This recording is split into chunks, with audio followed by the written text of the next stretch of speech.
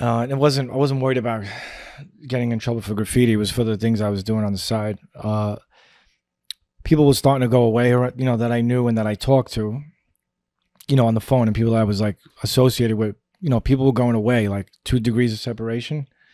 They were going to the feds, and like, back then, RICO, conspiracy law. I'm not a lawyer, I forgot, but like, if you say one wrong thing to somebody on the phone, like you could be swept in like an investigation, and like no questions asked, you're gone.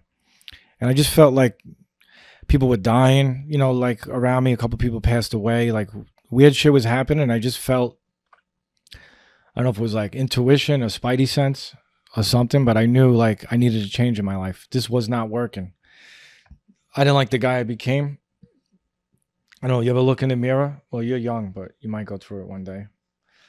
But as long as you don't drink in excess and become that lifestyle of addiction or whatever, I just didn't like the guy who I became. Like I had everything, I had the condo, I had like a CL600 V12 coupe, like crazy super rocket Benz, like for that time. Like I had a lot of money. I had safety deposit boxes. I had, things and stuff, but I didn't have myself. So somewhere, a year before 2008, like 2007, I started having little signs and awakenings or whatever. Like, I knew something had to change. And in 2008, I wound up like, changing my life. And, I wound up getting sober, and it was like the best thing I ever did in my life. And this is a graffiti podcast, but whatever. It is what it is. I mean, it's the story of a graffiti writer, bro. It's, what's interesting to me is that you're going through all of this, you're hustling, you have a lot of money, you have this whip, you got a nice crib, you got a lot of shit. In theory, like a lot of people who are doing that type of stuff, they don't change unless something catastrophic happens. They don't change unless something bad happens. Mm-hmm. But it seems like nothing bad happened necessarily, like catastrophic. Like you didn't get killed or almost killed. You didn't go to jail for this for like 10, 15, 20 years. You kind of just started realizing yourself, oh, this isn't who I want to be. Yeah, I think I had like a spiritual, like I was suffering from spiritual bankruptcy. In other words, I felt like a shell of a person. And then from there, I had a spiritual awakening, and I ran with it. And, I'm not going to get into that. But, I've been sober for almost 17 years. And, when I say sober, that means like not a cigarette, not a sip of alcohol, not a drug, not a mind-altering substance. And like, if I could fuck everything else up in life, but that's one thing I've been doing one day at a time since. And, I can't tell you what I'm going to do tomorrow, but for today, I'm going to live right. And that's what I try to do. And because of that, like it even affects my graffiti. Like I'm not going to write on like a brand new brownstone, like shit on somebody's building. I don't know if it's because of coming of age. I wouldn't want it done to me. I just don't do that. Like if something's dogged, bombed, I'll write on it, but I'm not going to be writing on like private property, city property, whatever, public property, commercial property. It's all game. But like I'm a graffiti writer. When I see people write on people's brownstones or whatever, clean bills, residential shit, I'm like, what the fuck? But anyway, that's my own shit. I don't know if it's coming of age or whatever, but yeah, but I'm like a big kid. I love it, and and I love the energy of the new school.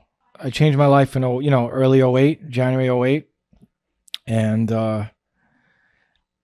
yeah, I was just like really working on myself. Serious. Kind of like rebuilding, under construction. I reconstructed myself, mentally, spiritually, physically, and along the way, I've helped like many people, And trust me, I'm not the only graffiti writer in recovery. Probably, I'm sure there's more out there, but I don't really, I don't get into it. I'm not, It's been, it's a journey. That's all I could say. And so somewhere around 2008, then somewhere around 2014, my same childhood friend. I went out. We went to Puerto Rico on a vacation together. Actually, Ribs put me in touch with somebody on the island of Puerto Rico, and I think he wrote Flavor. And I didn't touch like spray cans for such a long time. And something happened. Like I got re-energized in 2014, and like my friend was like, "What are you doing?" We're chilling. Like, let's do this or let's go do that. I was like, "Oh, I'm gonna go hang out and spend a day over here in some airplane hangar in Aguadilla." Got a feel of that energy, like with the spray paint. I came back to when we came back to New York, and I started delving in a little bit, tipping my toes, like doing like those horrible, like freights, whatever, these hoppers. It's not my thing, but whatever. It's fun. Like I wasn't ready for like full action yet. I did that, and I started. There's an abandoned building on 39th Street and First Avenue. It was like a clubhouse, and I forgot who took me there. I don't know if HOJO took me there or somebody. Anyway, I went there one day, and HOJO, he was friends with he made friends with Hurt and False, and somehow he brought them, and then like we all met there for the first time, and like I didn't even know that people even cared about the graffiti from the yesteryears, and these two, like I just met them, they were young kids, and they were like gassing me up. They're like, "Yo, you need to like come out, whatever," and I was like, "This is so weird." So I started writing graffiti a little more, and then I got the bug, and I've been on a run since 14. And I love it. And I've had so many experiences, and I try to do all the facets of graffiti, streets, MTA, not going to be specific, but MTA, and highways, whatever, I do whatever. I never plan, oh, I'm going to go and do this mission or that mission. It's like I get in the mood, I have stuff on me, and, I just seize the moment when it's right. And I've had a good run. I've had a great time. And so somehow these guys were making this movie called Star. They were from Paris. So it's actually GT, the Grim Team, which is a mirror image. Like they're just like a bunch of Brooklynites, but they're Parisians, in the same age range, like 40 to 50 years old range or whatever. And they were like right up my alley. And I met them. They did a premiere in Brooklyn. They showed that movie. And then after that, they had a Q&A. And one of them emailed me and told me to come to it. And I wound up speaking to Chase after that film. And he's like, "Yeah, come to Paris." And then next thing I know, I fly to Paris, and that was it. Like the gates open. Like I did so much like fill-ins in Paris, like graffiti, like streets, and it was just, I had so much fun with these guys. And I just want to say a shout out to all of them, to the Grim Team. Very cool. Like that's my family. I don't have to like speak to them every day, but they're family.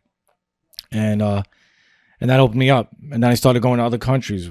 Like while I was staying in Paris, I'd go to Naples, Rome, Sicily, Greece, Berlin, Portugal, and I just went crazy in Europe. I had so much fun. And at that time, I only seen a few New Yorkers up in Europe, like at that time. And now the floodgates are open. Like it's like a pilgrimage. People go from New York to Paris or to London or whatever. And that really opened me up. Like I really enjoyed it.